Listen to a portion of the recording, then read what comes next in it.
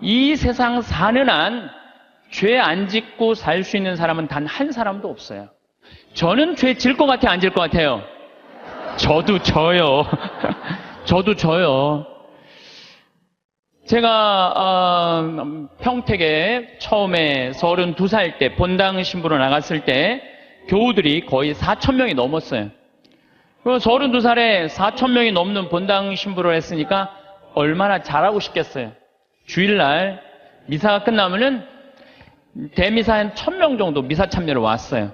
그러면은 그 미사 끝에 성당 마당에서 그 교우들 손 한 번씩 잡아주려고 한 분도 안 빼고 손을 잡아주면서 눈 마주치면서 일일이 말은 다 못했지만 눈으로 잘 지냈느냐, 잘 지내라 이런 마음으로 눈인사까지 다 했어요. 그런데 어떤 경우는 또 교우가 손을 붙잡고 지난주에 뭐 우리 집 애가 아파서 병원에 갔다 왔다 뭐 이런 얘기를 하면 또 그 얘기 들어줘야 되잖아요. 그래갖고 이렇게 제가 이렇게 얘기를 들어주면서도 귀는 그분 얘기를 듣고 눈은 지나가는 분들 계속 인사를 이렇게. 그래서 저는 제 나름대로 최선을 다해서 교우들 사랑의 마음을 전했다고 생각을 했어요. 근데 다음 주에 고해소에 들어와갖고 자매 하나가 막 우는 거예요. 신부님, 왜 나를 무시하느냐? 내가 돈이 없어 무시하냐? 아니면 사회적 지위가 낮아서 무시하냐? 내가 세상에서까지 무시받는데 성당에 와서까지 무시를 받아야 되느냐? 아니 그게 무슨 말씀이냐고? 그러면은 이 자매가 하는 말이 왜 지난주에 내 인사를 안 받냐? 남들 인사는 다 받고. 참, 저는 나름대로 교우들한테 다 한다고 했는데 그 와중에도 내가 그분의 인사를 받지 않았기 때문에 그분은 일주일 동안 내가 미웠던 거야. 내가 믿기도 하고 내가 성당에서 신부님한테 내가 이렇게 무시를 당하고 살아야 되나 굉장히 괴로웠던 거죠. 그래서 내가 그 고해 성사에 머리를 뒤찌고 하는 말이 있어요. 그래, 사는 게 죄다. 사는 게 죄야. 사는 게 죄예요. 어떨 때 보면 이쁜 것도 죄예요. 이쁜 것도. 성당에 이쁜 여자 나오잖아요. 그럼 마음 산란해요. 이쁜 것도 죄야. 또 이쁜 여자가 또 그냥 거기서 그냥 막 성당에서 그냥 활동도 하고 막 빛이 나면은요 더 미운 거죠. 나는 왜 저렇게 이쁘게 태어나질 못했을까? 어떨 때 보면은 이쁜 것도 죄예요. 여러분들은 성당에 열심히 나오고 싶어요. 자녀들 손잡고 남편하고 같이 행복하게 성가정 이루고 살고 싶어. 예수, 마리아, 요셉이 이룬 성가정. 여러분 다 그런 꿈이 있죠? 정말로 다 같이 미사 참여 손잡고 하고 싶은 꿈이 있는데 자식은 성당 가자 그러면은 마치 성당 가는 건 구닥다리나 하는 것처럼 엄마나 가라 그러고 성당 가는 거 무시할 때 내가 무시당하는 게 아니라 예수님까지 무시당하는 기분 들 때 우리가 너무너무 슬퍼요. 남편은 또 술 먹고 바람 피고 때리고 폭력을 하면은 여러분들 그런 남편 정말로 죽이고 싶을 때도 있잖아요. 정말 난 착하게 살고 싶은데 마음에 죽이고 싶은 생각이 들 때가 있어요. 얼마 전에 어떤 할머니가 56년 동안 남편이 계속 때렸던 거예요. 근데 이 할아버지가 이 병이 누워갖고 치료하자고 그러는데도 또 그날도 때린 거예요. 그러니까 할머니가 홧김에 그 할아버지를 결국은 죽였잖아요. 그러니까 그 할머니는 평생 맞으면서도 가정을 지키고 싶었던 거예요. 그런데 그런 조그만 죄들이 쌓여서 제 생각에는 큰 죄가 되는 것 같아요. 조그만 죄들이. 나는 착하게 살고 싶은데 세상이 가만 놔둬요, 안 놔둬요? 가만히 안 놔두잖아요. 나 성당에서 신앙생활 열심히 하고 싶은데 다른 사람이 나 욕하고 헐뜯으면은 내 마음 안에서 미움이 생겨요, 안 생겨요? 나는 정말로 착하게 살고 싶은데 남들이 가만히 안 놔두는 거야. 또 보이스피싱 있잖아요. 이 금쪽 같은 아들이 서울 가서 공부 잘하고 있는데 갑자기 전화가 한 통 온 거예요. 지금 아들이 교통사고가 나갖고 지금 병원에 내가 데려다 준 사람이다. 이 응급실에 있는데 수술 안 하면은 죽는다. 빨리 돈 좀 보내라. 아니 아들이 죽는다는데 묻지도 따지지도 않고 어떻게 해요? 돈 300만 원 보내줬어. 그랬더니 한 10분 후에 아들이 전화하는 거, 엄마 잘 있느냐고. 멀쩡한 아들이. 이미 돈은 보냈는데. 그렇게 2008년부터 3만 건이 넘는 보이스피싱에 우리 순진한 사람들이 얼마만큼의 돈을 손해를 받느냐면 3,700억을 손해를 봤어요. 3,700억을. 그러니까 그 착한 사람들이 그렇게 돈이 사기당했다고 생각했을 때 화가 나요, 안 나요? 화가 나요. 착하게 살고 싶은데도 세상이 가만히 놔두지 않는 거예요. 근데 여러분들, 여기 계신 여러분들 대부분이 착하게 살고 싶은 분들일 거예요. 그러니까 이 시간에 여기 나왔겠죠. 한번 착하게 살아보고 싶은 의지가 있는 분들 아니에요. 근데 남을 죄짓게 하는 사람들은 반드시 하느님께서 거기에 응당한 대가를 치른다고 예수님 말씀하시잖아요. 예수님께서 이런 말씀을 하시죠. 남을 죄짓게 하는 일이 일어나지 않을 수는 없다. 참 중요한 말을 해요. 우리가 세상을 살면서 남을 죄짓게 하는 일을 안 일어날 수는 없다. 그러나 불행하여라. 그러한 일을 저지르는 자, 이 작은 이들 가운데 하나라도 죄짓게 하는 것보다 연자매를 목에 걸고 바다에 내던져지는 편이 훨씬 낫다. 너희는 스스로 조심하여라. 우리 이 세상 살아가면서요, 나도 죄를 안 짓고 살아야 되지만 나로 하여금 다른 사람이 죄를 져서는 안 된다는 거예요. 그래서 항상 죄에 대해서 경계를 해야 되는 거죠. 그래서 여러분들 주위 중에 지금 사기치는 사람들, 남 괴롭히는 사람들, 이런 사람들 누가 다 대신 벌 줄 거야? 하느님께서 대신 다 벌 줄 거예요. 그래서 여러분들이 직접 벌 주지 마세요. 누구한테 미뤄? 하느님한테 미뤄. 하느님이 좀 알아서 좀 해달라고. 그래서 이 세상에서 제일 회개시키기 힘든 사람이 어떤 사람이냐면은 자기는 죄 지은 게 하나도 없고 다 남 탓이라고 생각하는 사람. 마누라 실컷 두들겨 패고 난 다음에 당신 마누라 때리면 안 된다고 그럴 때 나는 잘못한 거 하나도 없다. 저 마누라가 잘못해서 내가 두들겨 팬 거다. 이런 사람은 회개시킬 수가 없어요. 그러니까 여기 계신 분들 중에 나는 지금 잘하고 있는데 남들이 잘못돼 갖고 내가 죄를 짓는 거다. 내가 때리거나 이러는 거다. 이거 큰 위험에 빠진 분들이에요. 옛날에 러시아에 신부님이 한 분 계셨어요. 이 신부님은 이렇게 시내 본당 신부님이었어요. 근데 이렇게 가정방문 아침에 나가고 병자성사를 나갈 때 보면 그 앞에 몸 파는 여자들이 그냥 성당 앞에 시내니까 쫙 있었어요. 그래갖고 밤새 막 옷 그런 거 그냥 빨아놓고 걸어놓으면은 신부님이 나가면서 회개하라고, 니네들 때문에 수많은 사람들이 죄 속에 빠지고 너희들도 죄의 굴레 속에서 산다고, 회개 안 하지면은 너희들은 지옥에 갈 것이라고. 신부님 나갈 때 또 들어올 때 또 그냥 밤에 그냥 여자들이 그냥 몸 판다고 쫙 이상하게 옷 입고 앉아 있으면은 그냥 신부님 눈꼴이 시잖아요. 그러니까 뭐라 그래? 회개하라고. 너희들 그렇게 죄 지면은 지옥에 갈 거라고. 그래 신부님이 평생 그 여자들한테 회개하라고 얘기를 했어요. 그래도 이 여자는 먹고 살아야 되니까 그냥 신부님이 그럴 때마다 눈물을 흘리고 회개를 했어요. 그런데 신부님이 그렇게 열심히 하늘나라 선포하다가 돌아가셨어요. 돌아가셨는데 신부님이 돌아가신 날 그 성당 앞에서 맨날 몸 팔던 여자도 같이 죽은 거야. 똑같은 날. 그래갖고 이제 베드로 성인 앞에 가고 이제 천당, 지옥, 연악, 도정을 쫙 받으려고 이렇게 줄 서서 있는데 신부님이 가만히 보니까 평생 몸 팔고 살던 여자가 앞에 딱 서 있는 거야. 이 여자가 내 앞에 있네? 그래갖고 이제 저 여자 평생 죄 짓고 산 여자니까 저 여자는 지옥에 갈 거야. 그리고 이렇게 있는데 베드로 성인이 그 여인을 보더니 안다는 듯이 싹 웃으면서 이 치부책을 대충 넘기는 거야. 대충 넘기더니 한다는 소리가 천당 도장을 딱 찍어주는 거예요. 신부님이 뒤에서 기가 막히잖아요. 저 여자가 어떻게 산 거 알면은 천당이라는 도장을 찍어줄 리가 없는데 저런 여자가 천당이면은 나는 만당이겠다. 만당. 저런 여자가 천당이면 난 만당이겠다. 그래갖고 신부님 차례가 딱 됐는데 베드로 성인이 신부님을 딱 보더니 안 됐다는 듯이 이렇게 쳐다보더니 이 장부를 자세히 꼼꼼히 넘기는 거예요. 그러더니 베드로 성인이 신부님은 지옥이라고 지옥 도장을 딱 찍은 거예요. 신부님이 따졌죠.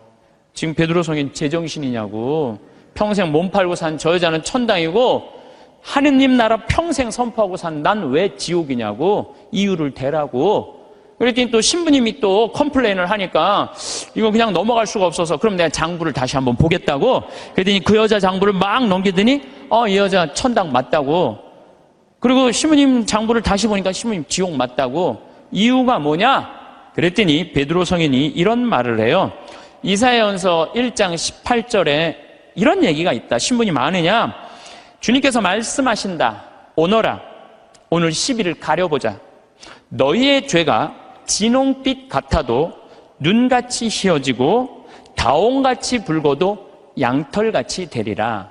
하느님께서는 아무리 죄를 많이 져도 하느님이 따지기 시작하면은 진홍같이 불러도 눈같이 휘어질 거다. 다홍같이 붉어도 양털같이 휘어진다. 그리고 내가 2000년 전에 내가 예수님한테 물어본 거 당신 기억 안 나느냐고. 베드로 성인이 이 루카복음 17장 4절에 주님, 제 형제가 죄를 지으면 몇 번 용서해 줘야 됩니까? 17장 4절에는 뭐라고 그러냐면 하루에 7번 잘못해갖고 7번 다 와서 용서해 달라고 그래도 용서해 줘라. 나는 그렇게 배웠다. 근데 신부님이 나갈 때마다 회개하라고 할 때 그 여자는 눈물을 흘리고 회개했다. 그럴 때마다 나는 2000년 전에 예수님이 세워놓은 원칙에 따라서 다 용서해줬다. 그래서 이 여자는 평생 매일매일 용서를 빌어서 이제는 용서해줄 게 없다. 근데 신부님은 평생 살면서 남 회개해라, 지옥에 간다 말은 했는데 신부님은 한 번도 하늘에 대고 눈물 흘리면서 용서 청한 적이 없다. 근데 신부님이 평생 살면서 죄 한 번도 안 졌냐? 봐라, 이거 평생 쌓인 장부 한번 쫙 해고 신부님이 그걸 보고 아무 말도 안 하고 스스로 지옥으로 걸어 들어갔다는 이야기가 있어요.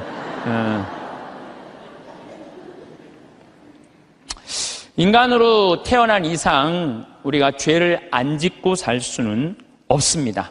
근데 제가 이렇게 가만히 보면요, 시골에서 사는 분보다는 도시에서 사는 분들이 죄를 훨씬 더 많이 져요.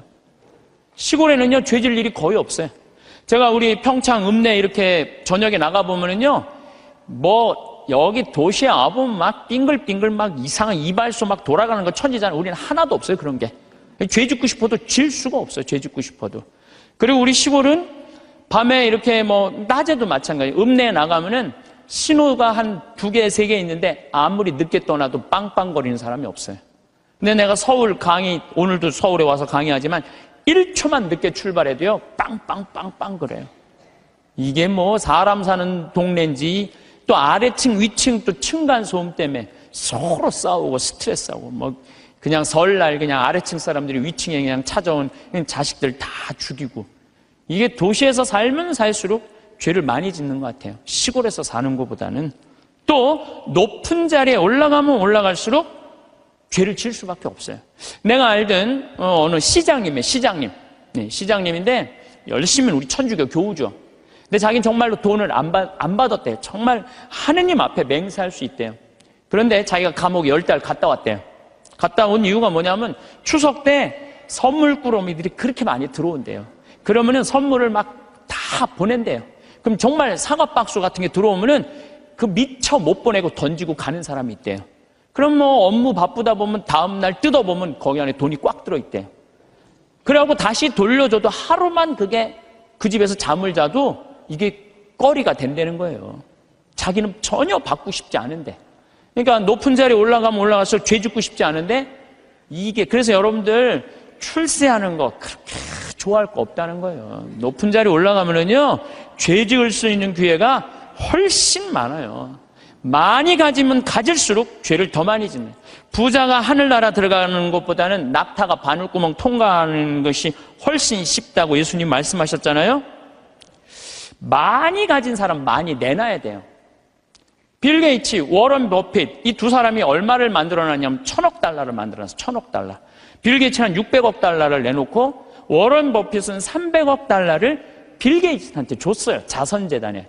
그럼 웬만한 사람이면은 자기가 만들고 싶잖아요. 300억 달러면. 참, 우리나라 전 대통령 300억 원을 냈다고 그러는데 이 빌 게이츠, 워런 버핏은 자기가 관리하지도 않아요. 빌 게이츠한테 줬어요. 왜 그랬냐고 그러니까 나보다는 빌 게이츠가 훨씬 자선 사업을 잘해왔기 때문에 잘할 것 같아갖고 300억 달러를 냈다는 거예요. 얼마나 멋있어요. 그러니까 미국의 부자들은 존경받는 거예요. 근데 우리나라 부자들은요, 이게 내놓는 걸 떼어놔서 안 떼어먹으면 다행일 텐데 이 세금으로 떼어먹으니까 우리나라는 부자에 대한 거부 반응이 있는 거예요. 예수님이 그랬어요. 많이 가진 사람은 많이 내놔야 된다. 많이 가진 사람은. 하느님께서 많이 준 얘기는 많이 나누라고 그러는데, 이게 여러분들 루카복음 16장에 부자와 나자로 얘기 알죠?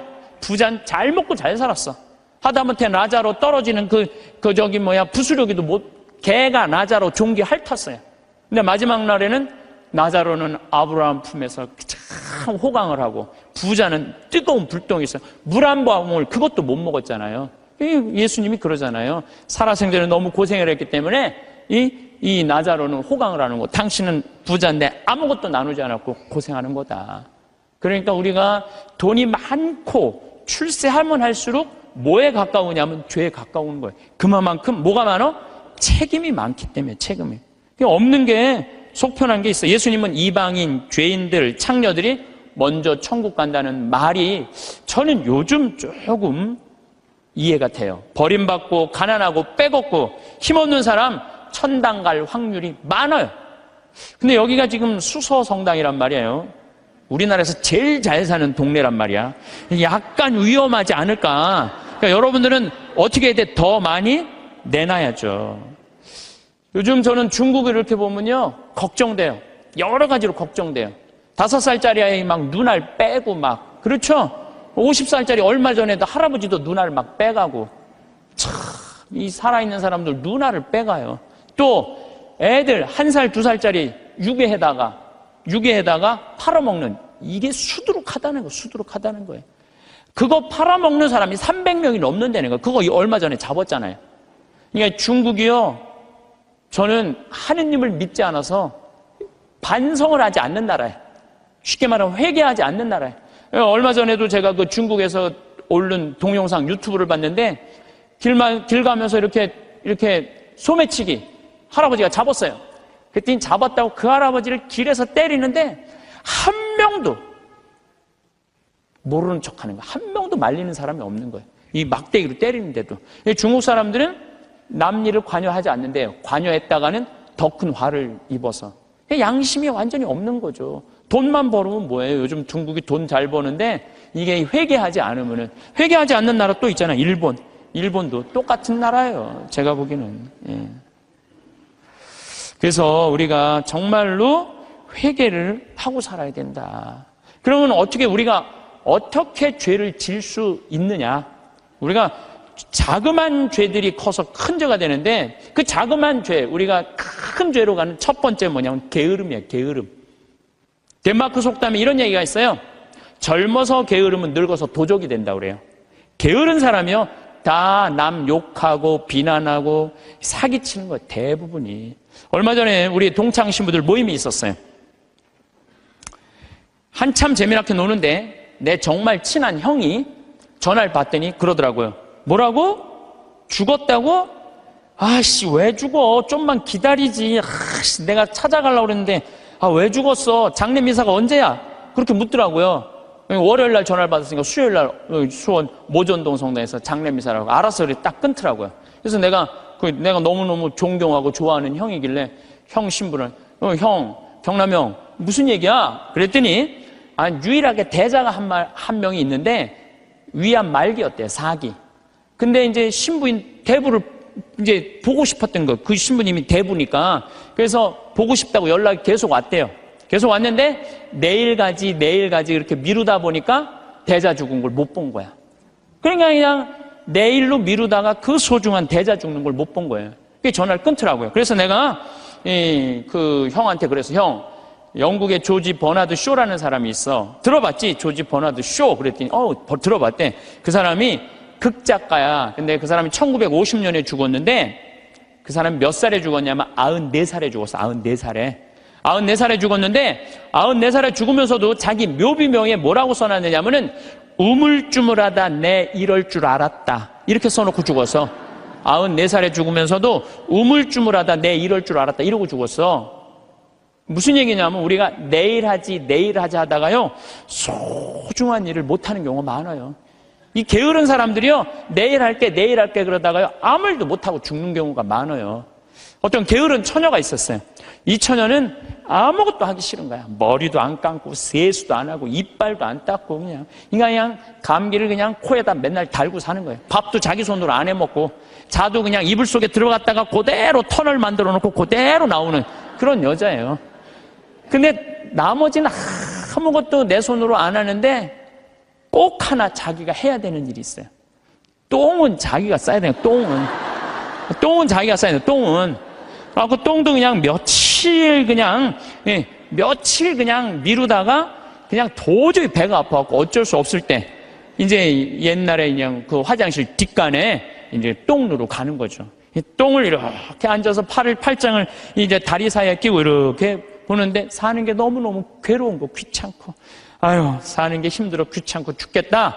근데 감기가 걸리니까 또 힘을 주려니까 콧물이 쭈루룩 나와갖고 발판에 딱 닿은 거예요. 발판에 딱 닿는데 웬만한 여자 같으면 손을 꺼내갖고 이걸 훔칠 텐데 여기 무릎 이거 쪼그린 데서 팔 빼는 게 귀찮은 거야. 이렇게 쳐다보고 있는데 구데기가 한 마리 지나가다가 웬 흰 기둥이 있단 말이야. 이게 뭔가 하고 구데기가 타고 올라오기 시작했어요. 막 타고 올라오는 거야. 막 타고 올라오는데 구데기까지 날 귀찮게 하네. 그리고 막 코끝에 보일랑 말랑 할 때까지 온 거야. 이제 코끝에까지 막 와갖고 귀찮아 죽겠네. 이제 손을 빼갖고 내가 훔쳐야 되겠다. 그런데 갑자기 바깥에서 노크 소리가 땅땅 들린 거예요. 그뒤 이 여자 너무 깜짝 놀라고 어떻게 했냐면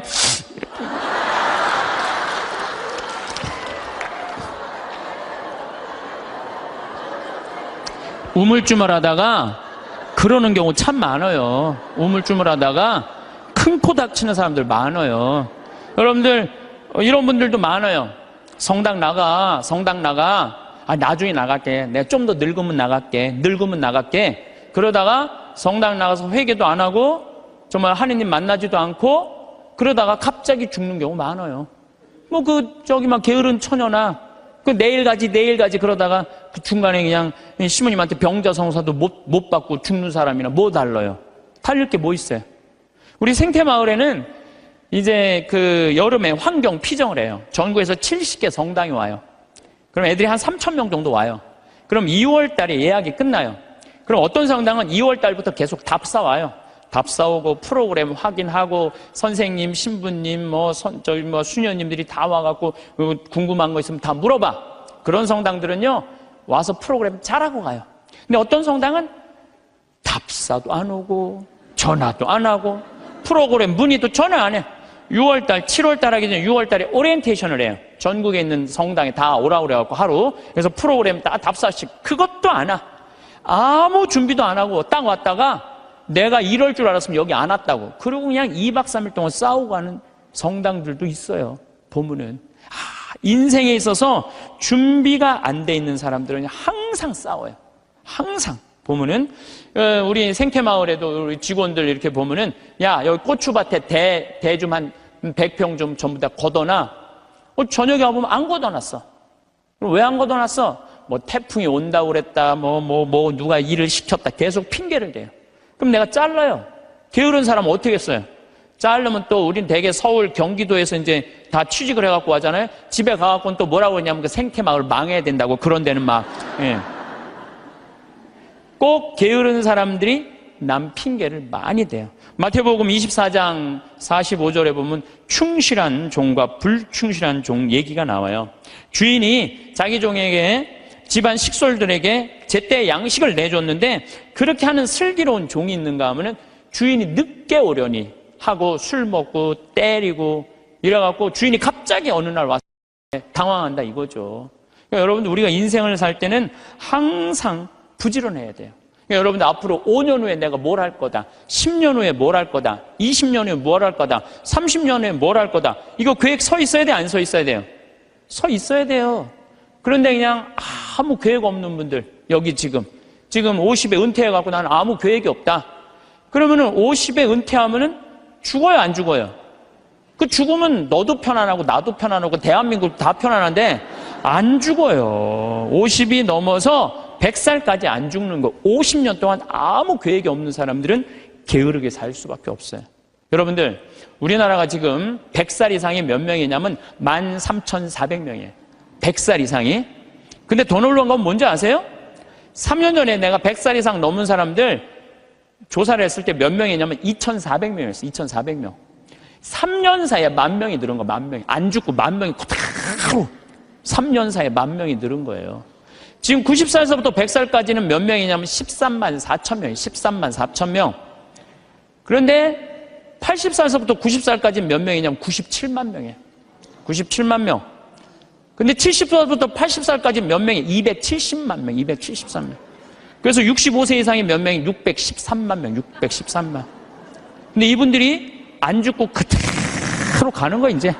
안 죽고 그대로 가는데 계획이 있어요, 없어요? 계획이 없는 거예요. 이거 큰일이에요. 저는 제가 신학교 때 무슨 세미나를 했느냐면은 30년 전 얘기예요. 신학교 때 무슨 세미나를 했느냐면은 앞으로 주 5일째가 되면은 사람들 성당 안 간다.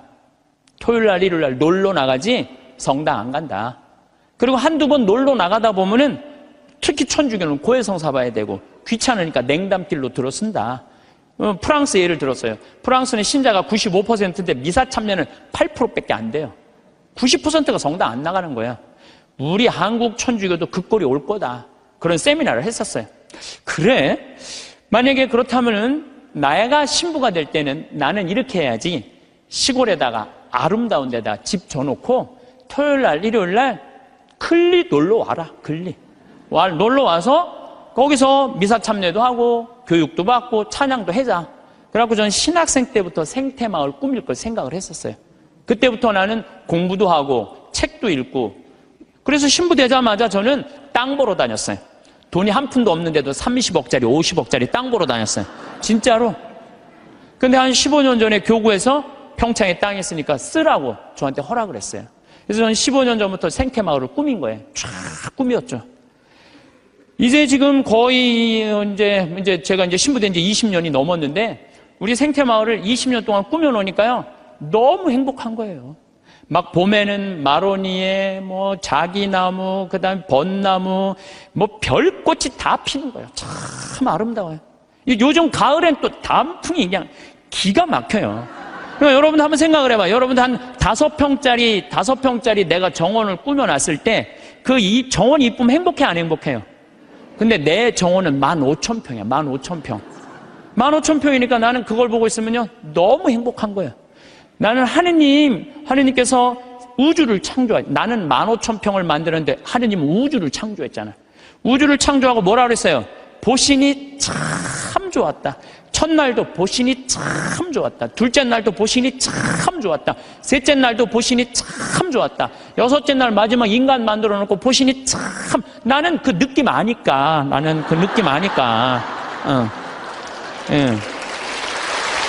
이게 내가 이 평창 생태마을을 꾸며놓으니까 교우들도 많이 오고. 그랬더니 이제 주교님께서 저를 부르시더니 수원 교구에 15만 평이 있다는 거예요. 여주에. 거기를 생태마을로 꾸미라는 거예요. 그래서 요즘 제가 그 생태마을 꾸미느냐고 진짜 바빠요. 그러니까 그냥 하루가요 금쪽 같아요. 15,000평 꾸미는데 15년 걸렸는데 15만 평 꾸미려면 몇 년이 걸릴 것 같아요? 이제 경험도 있고, 나름대로 이제 역량도 생겼으니까 거기에 한 10년 정도는 충분히 꾸밀 것 같아요. 그러니까 저는 60살 때까지 할 일이 줄을 서서 기다리고 있는 거예요. 그러니까 게으를 시간이 없는 거예요. 게으를 시간이. 근데 이번 3월 달에 아프리카 잠비아를 갔는데 80만 평의 농토를 수녀님들이 갖고 있더라고요. 근데 2만 평밖에 안 한 거, 2만 평밖에. 그래서 수녀님 왜 이 넓은 농토를 다 풀밭으로 그냥 황무지로 놔두고 왜 2만 평밖에 농사를 못 짓느냐? 그랬더니 신부님 기계가 아무것도 없는데 손으로 한 사람이 최대한 농사 지을 수 있는 게 1,000평이에요. 1,000평. 거기 한 20명 되는데 20명이 다 줘봐 2만 평밖에 못 하는 거. 기계 살 돈이 없다는 거예요. 그래서 내가 수녀님한테 약속을 했어요. 수녀님, 내가 한국에 가갖고 포크레인, 트랙터, 경운기 다 사서 보내줄 테니까 걱정하지 말아라. 내가 내년에는 이 80만 평 완전히 농장으로 만들어주겠다. 그렇게 약속을 그냥 하고 왔어요, 제가. 그냥 하고 왔는데, 아니, 여기 딱 한국에 와갖고 제가 강의 때 몇 번 얘기했어요. 좀 도와줬으면 좋겠다. 한 2억 정도면 될 것 같으니까 여러분들 도와줬으면 좋겠다. 근데 교우들이 또 우리 절에 다니시는 분들, 교회 다니시는 분들까지 보내주는 거예요. 근데 3억이 들어왔어. 난 2억이면 되는데 굳이 3억까지 들어와. 3억. 그런데 막상 포크레인을 사고 트랙터를 사고 경운기를 사고 이래 보니까 딱 3억이 드는 거예요. 그러니까 하느님 계산하고 내 계산하고는 달랐던 거예요. 하느님은 3억인데 제가 왜 2억이라고 그럴까? 하느님이 3억을 보내준 거죠. 근데 요즘은 시절이 좋았고 택배로 다 가요. 그래서 내가 오늘 인천항에 가서 내일 이제 택배로 가는 거 축성 다 해주고 그리고 왔어요. 그러니까 이제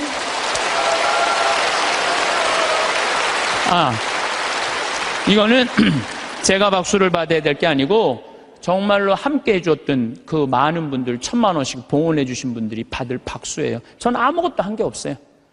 그러니까 이제 거기 갖고 이제 80만 평 농토를 꾸미고 거기를 나는 대학까지 해줄 생각이에요. 대학까지.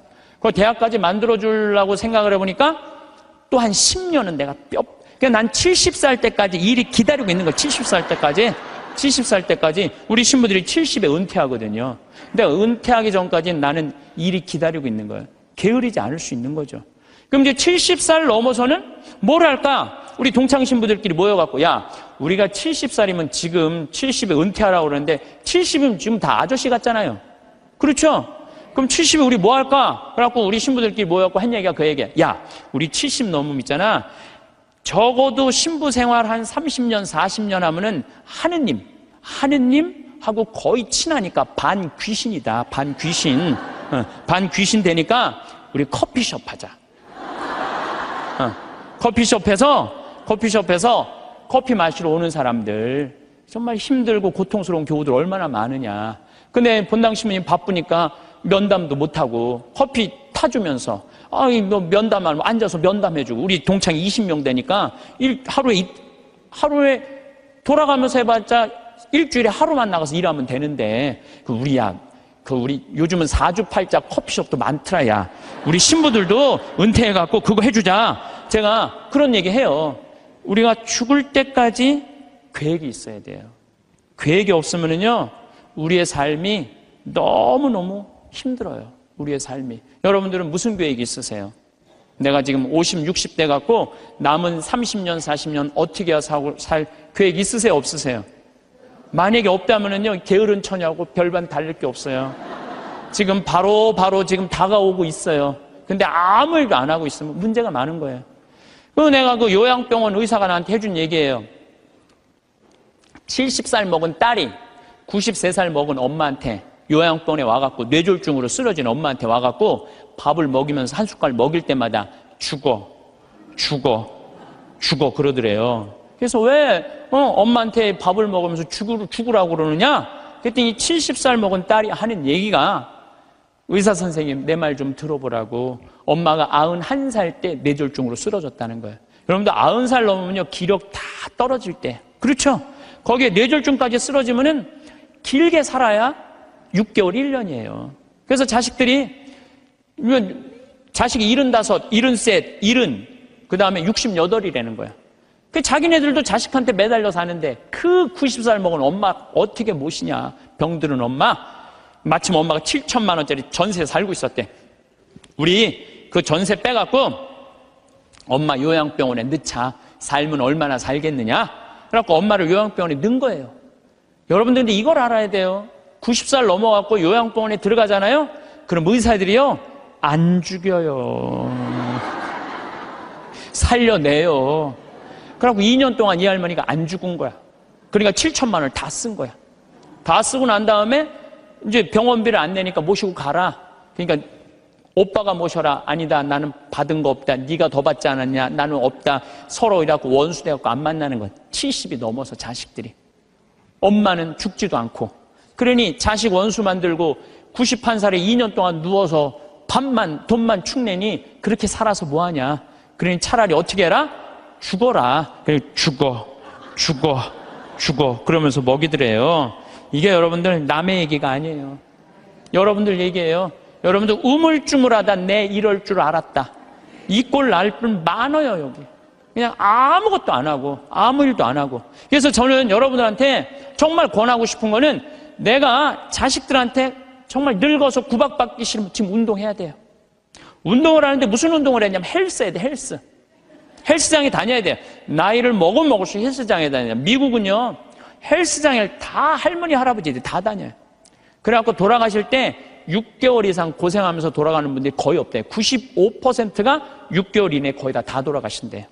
근데 우리나라는 치매 걸린 할머니, 할아버지가 거의 58만 명이에요. 58만 명. 610만 명 중에 거의 10%에 달하는 할머니가 똥오줌을 싸고 지금 저 누워 있는 거예요. 그러니 그 가족들이 미쳐요, 안 미쳐요? 미치는 거예요. 그러니까 여러분들도 내가 지금부터 삶의 계획을 잘 짜셔야 돼요. 내가 이렇게 살아야 되겠다, 저렇게 살아야 되겠다. 이런 계획이 없으면요, 참 힘들어요. 사도 바오로가 데살로니가 후서 2서 3장 16절에서 15절에 이런 얘기를 해요. 무질서하게 살아가면서 우리에게서 받은 전통을 따르지 않는 형제는 누구든지 멀리 하십시오. 우리는 여러분과 함께 있을 때 무질서하게 살지 않았고 아무에게서도 양식을 거저 얻어먹지 않았으며 오히려 여러분 가운데 누구에게도 폐를 끼치지 않으려고 수고와 고생을 하며 밤낮으로 일하였습니다. 사도 바오로도요, 하느님을 전하면서도 교우들한테 폐 끼치기 싫어갖고 어떻게 밤낮으로 그물 짜는 일을 했다는 거예요. 그물 짜는 일. 사람은요, 일을 해야 돼요. 일 안 하는 사람들이 다 남 탓하고 남 비난하고 이러는 사람들, 일 안 하는 사람들이, 사실 우리는 여러분 곁에 있을 때 일하기 싫어하는 자는 먹지도 말라고 거듭 지시하였습니다. 일하기 싫어하는 사람은 먹지도 말라 이거예요. 그런데 듣지 않니 여러분 가운데 무질서하게 살아가면서 일은 하지 않고 남의 일에만 참견만 하는 자들이 있다고 합니다. 일 안 하면 할 일이 없는데 뭐 할 것 같아요? 참견하는 거예요. 여러분들 50, 60 넘어갖고 부부싸움 왜 하는 줄 알아요? 남편들하고 부부싸움 왜 하는 줄 알아요? 할 일이 없으니까. 할 일이 없으니까 싸우는 일밖에 없는 거예요. 그냥 아내 뭐 반찬을 왜 이렇게 했느냐, 청소를 이렇게 했냐, 그냥. 그러니까 젊었을 때 그냥 제발 일찍 퇴근하라고 그래도 그냥 일찍 집에도 들어오지 않더니 늙어선 굳이 집에 들어오지 않아도 되는데 그냥 때 따라 철 따라 그냥 집에 들어와갖고 그냥 일이 없으니까 챙겨내는 게 일이. 그런 사람들에게 우리는 주 예수 그리스도의 이름으로 지시하고 권고합니다. 묵묵히 일하여 자기 양식을 벌어 먹도록 하십시오. 오늘도 내일도 아무 계획이 없거나 일이 없으면 사는 게 지겨워요. 일이 없으면 지겨워요. 우리는 저는 어렸을 때 시골에서 농사 졌어요. 옛날에는요, 다 일해야지 먹고 살았어요. 전 7살 때 벼를 뱄어요. 사람들이 믿지 못하겠지만 할머니들은 이해가 할 거예요. 7살 때 벼를 뱄어요. 벼를 베고 아버지가 꼭 이 뒤에다가 꼭 볕단을 한 단씩 져줬어요. 그럼 그걸 지고 집에까지 갔었어야 돼. 그걸 지고 가면 목이 얼마나 따가운지 몰라요. 그래갖고 지금도 기억이 안 되니까 논두렁에 내가 이렇게, 그게 무거우니까 기대고 한 얘기가 있어. 아유, 사는 게 이렇게 힘드네. 이렇게. 그러니까 옛날에는요, 중고등학교, 학교도 못 다녔지만은 옛날에는요, 애들이 10살, 15살 다 일했기 때문에 문제 있는 애들이 없었어요. 근데 요즘은요, 아버지만 일해도 다 먹고 살아. 나머지는 일을 안 해도 돼. 근데 학생은 뭐가 전문이에요? 뭐가 일이에요? 학생한테는 공부가 일이죠. 그런데 여러분들 이걸 알아야 돼요. 대한민국 이 병을 고쳐야 돼요. 애들이요, 중학교 1학년 때까지는 따라가요, 공부를. 근데 중학교 2학년만 되면 못 따라가요. 갑자기 함수, 이원 1차 연립 방정식 이런 게 막 미지수 이런 게 막 나와요. 그러니까 애들이 이해를 못하는 거. 중학교 2학년만 되면은 영어도 막 관계 대명사, 관계 부사. 내가 2학년 교과 과정을 다 이거 강의하는 거 뽑아봤어. 나도 모르는 게 많더라고. 나도 모르는 게. 그러니까 중학교 2학년 애들은요, 몸은 크지 이해는 안 되지. 엄마는 공부하라고 그러지. 학교 가면은 수업 시간에 알아듣는 건 하나도 없지. 신경질이 나요, 안 나요? 그러니까 이 중학교 2학년 애들이 무서운 거예요. 그래서 무서운 거. 얘네들이 얼마 전에도 중학교 2학년 애가 선생님한테 욕을 하고 그냥 신경질 하는데 창문을 깨갖고 그냥 여기 붕대를 감고 왔더라고. 중학교 2학년이요, 무시무시해요. 얼마 전에 미국에서도 중학교 2학년 애 총 쏴서 선생님 죽였잖아요. 북한이 왜 전쟁을 못 일으켜요? 중학교 2학년 애들이 무서워서 전쟁을 못 일으켜요. 얘네들이 무슨 일을 할 줄 몰라갖고. 여러분 혹시 자녀들 중에 중학교 2학년, 걔네들 무서워요. 중학교 2학년 애들. 요즘은 그 운전면허인데도 초보 운전 이거 안 써붙인대잖아요. 차 뒤에다가 중2 타고 있음 이것만 써붙이면 그냥 아무도 안 건드려요. 아무도. 그러니까 중학교 2학년 때부터 어떤 일이 벌어지느냐면은 중학교 2학년, 3학년, 고등학교 1, 3학년 5년 동안 이해 안 되는 상태에서 5년을 학교를 다니는 거예요. 그러니까 이때부터 뭘 하느냐면 게임을 하는 거예요. 이때부터 게임을 하는 거예요. 그건 이해가 되니까. 게임은 이해가 되잖아요. 몇 번만 하고. 그리고 시험은 한 번 못 보면 그걸로 끝나지만 게임은 한 번 실패해도 다음에 다시 기회 줘요, 안 줘요? 머리만 살면 계속 기회를 주잖아요. 그러니까 애들이 게임에 미치는 거예요. 그러니까 5년 동안 게임을 하면은요, 정상적인 애들이 거의 없어요.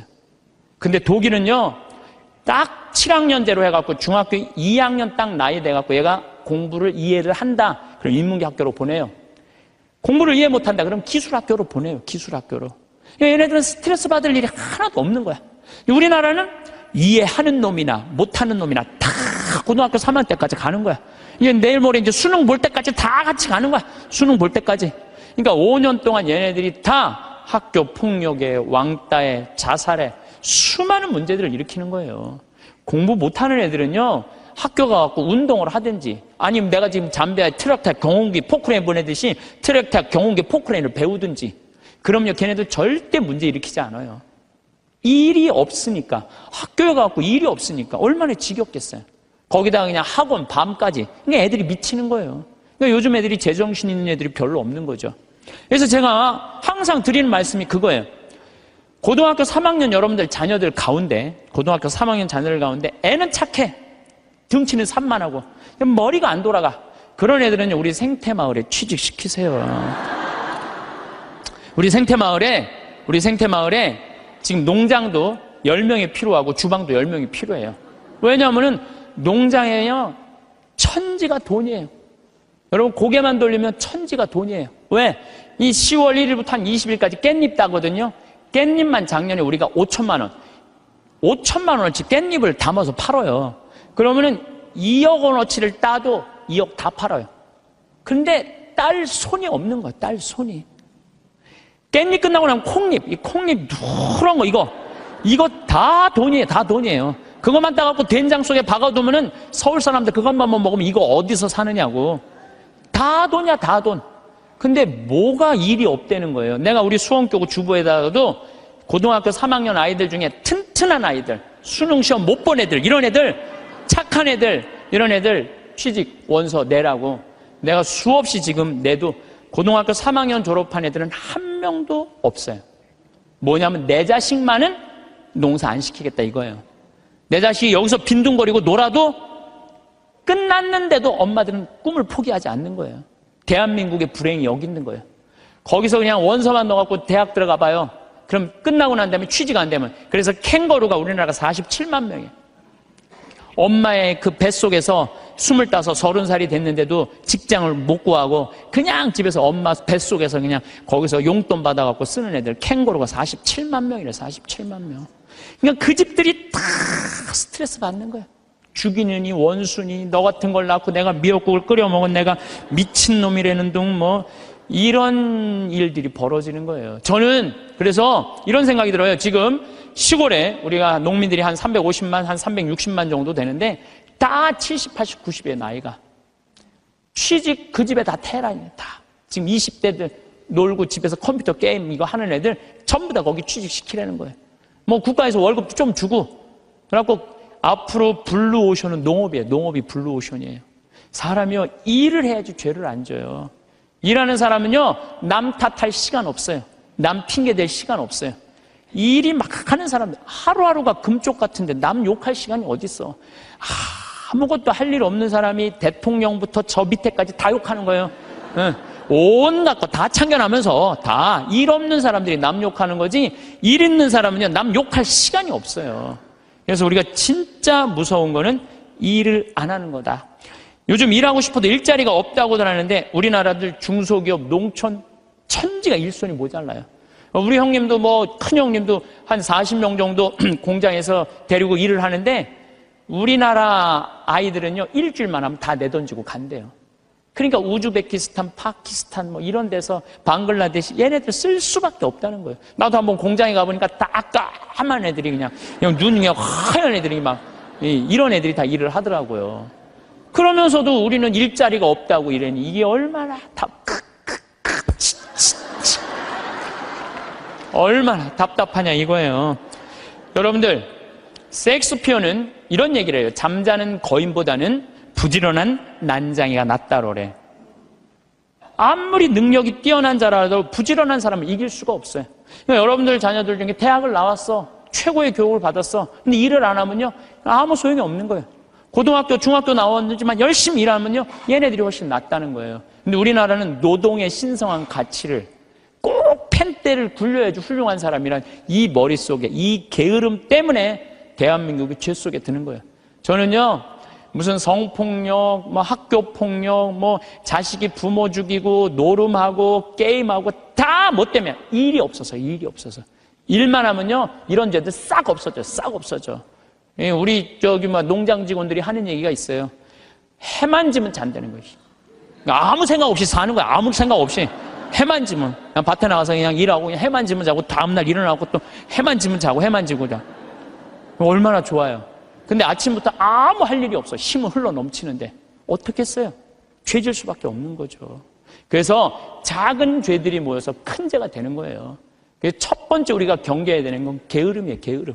여러분들도 레저를 하든지, 연령회를 하든지, 호스피스 봉사라든지, 헬스라든지, 수영장을 다니든지, 등산을 다니든지, 일을 해야 된다는 거예요.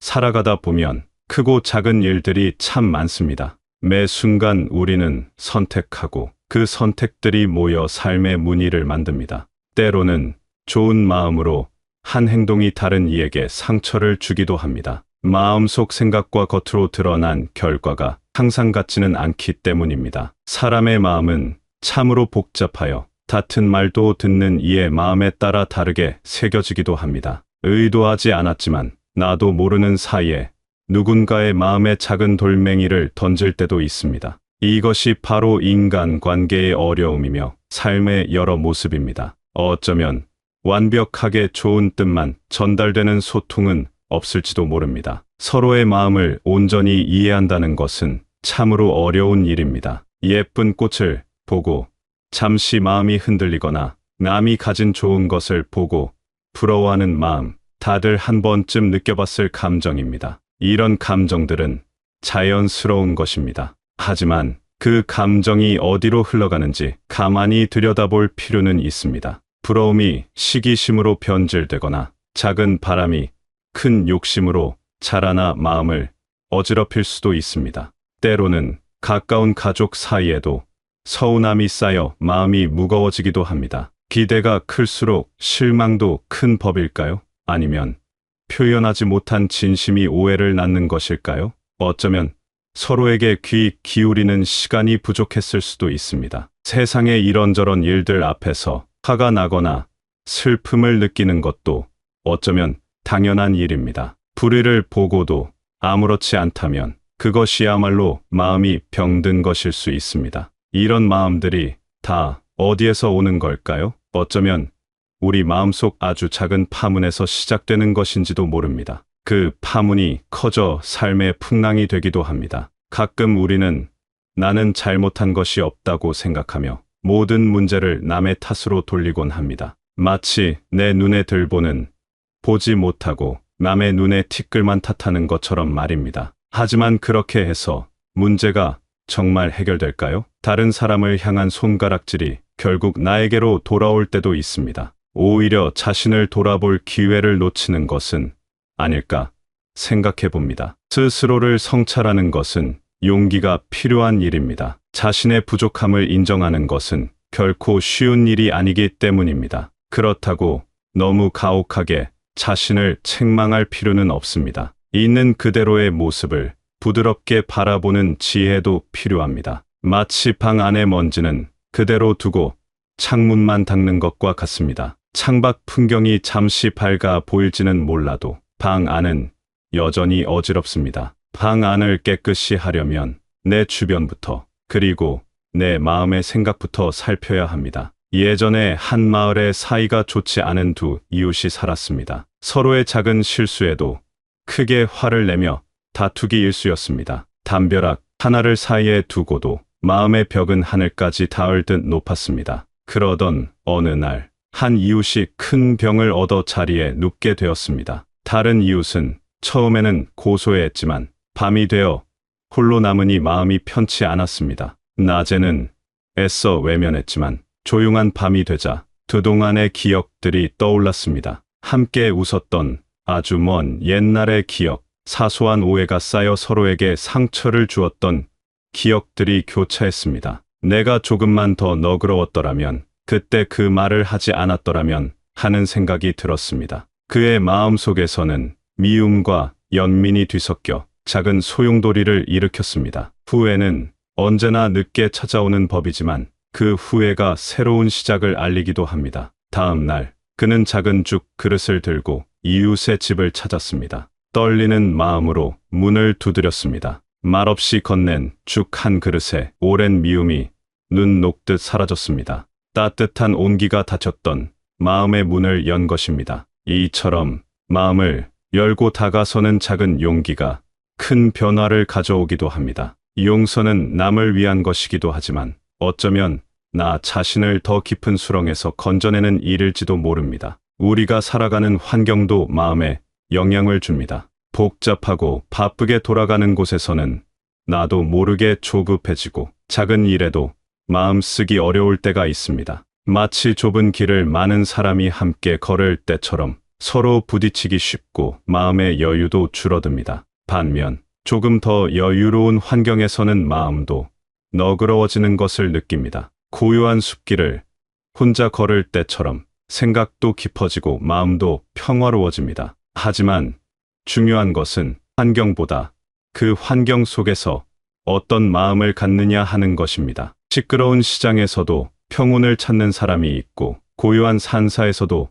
번뇌에 휩싸이는 사람이 있습니다. 결국 내 마음의 중심을 어디에 두느냐가 중요합니다. 어떤 상황에서든 마음의 중심을 잡으려는 노력이 필요합니다. 혹시 이 정도는 괜찮겠지 하며 미뤄둔 일이 있습니까? 아주 작은 구멍이 큰 댐을 무너뜨릴 수 있듯 사소해 보이는 게으름이 때로는 우리 삶에 큰 영향을 미치기도 합니다. 건강을 돌보는 일을 소홀히 하거나 고마운 사람에게 마음 표현을 미루는 것처럼 말입니다. 이러한 게으름은 삶의 작은 기쁨들을 느끼는 감각마저 무디게 만들 수 있습니다. 오늘 해야 할 일을 내일로 미루는 것, 그것은 단순히 시간의 문제가 아니라 마음의 문제일 수 있습니다. 왜 우리는 중요한 줄 알면서도 때때로 게으름을 피우게 될까요?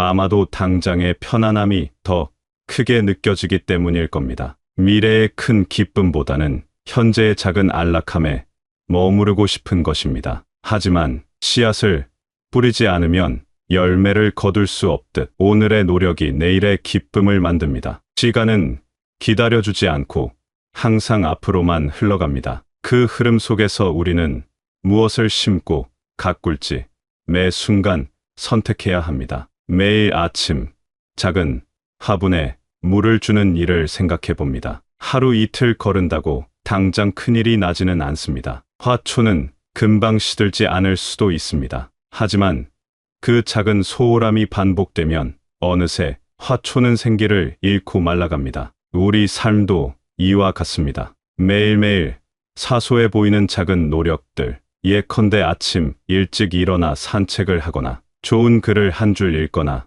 주변 사람에게 따뜻한 말을 건네는 것들이 모여 인생이라는 큰 나무를 자라게 합니다. 그리고 그 꾸준함 속에서 우리는 조용한 만족과 성장의 기쁨을 발견합니다. 그 나무는 건강한 뿌리를 내리고 튼튼한 줄기를 뻗어 아름다운 꽃과 풍성한 열매를 맺게 됩니다. 반대로 매일의 작은 방임은 삶의 나무를 병들게 할 수도 있습니다. 나이가 들어감에 따라 우리는 수많은 경험을 쌓습니다. 그 경험 속에는 햇살처럼 빛나는 기쁨도 있었고 폭풍우처럼 몰아치는 슬픔도 있었을 겁니다. 그 모든 순간이 지금의 나를 이루는 조각들입니다. 이 조각들을 가만히 들여다보면 그 안에 삶의 무늬와 빛깔이 담겨 있습니다. 그렇다면 이 긴 시간 동안 변치 않고 중요하다고 느낀 것은 무엇일까요? 수많은 생각과 가치들이 스쳐 지나갔지만 그 중에서도 변함없이 빛나는 진실이 있을 겁니다. 아마도 성실함과 따뜻한 마음이 아닐까 싶습니다. 자신에게 성실하고 자신의 삶에 최선을 다하는 것, 그리고 타인에게 따뜻한 마음을 나누고 함께 살아가려는 노력, 이것이 어쩌면 우리가 평생 지녀야 할 가장 소중한 지혜일지도 모릅니다. 돈이나 명예는 있다가도 없는 것이지만 마음의 바탕은 쉽게 변하지 않습니다. 그리고 그 마음의 바탕이 우리가 세상에 남기는 가장 진실한 흔적입니다. 지나온 길을 돌아보며 우리 마음의 발자국을 살피는 시간이 되었으면 합니다. 어떤 발자국은 깊고 선명하게, 어떤 발자국은 희미하게 남아 있을 겁니다. 때로는 잘못된 길로 들어섰던 발자국도 있을 수 있습니다. 중요한 것은 그 발자국들을 통해 배우고 성장하는 것입니다. 그리고 앞으로 내디딜 한 걸음이 더욱 의미 있고 평화롭기를 바랍니다. 우리의 삶은 단 한 번뿐인 소중한 여정입니다. 매 순간을 깨어있는 마음으로 살피며 그 여정에서 꾸준함 속에 삶의 향기가 배어나도록 매 순간을 소중히 여기며 살아가야 합니다. 오늘 하루 내 마음의 정원에 어떤 씨앗을 심을지 생각해보는 것도 좋겠습니다. 그 작은 씨앗이 훗날 아름다운 꽃으로 피어날 수 있도록 정성을 다하는 하루가 되길 바랍니다. 현재의 순간에 충실할 때 과거의 후회도 미래의 불안도 조금은 가벼워질 수 있습니다. 때로는 삶의 무게가 어깨를 누르고 나아갈 길이 보이지 않아 막막할 때도 있을 겁니다. 하지만 기억해야 합니다. 겨울이 깊을수록 봄은 더욱 찬란하게 다가오듯 어려움 속에서도 우리는 스스로를 일으켜 세울 힘을 간직하고 있습니다. 매일 떠오르는 해처럼 우리에게는 새로운 시작의 기회가 주어집니다. 지치고 힘들 때는 잠시 쉬어가도 괜찮습니다. 작은 풀꽃도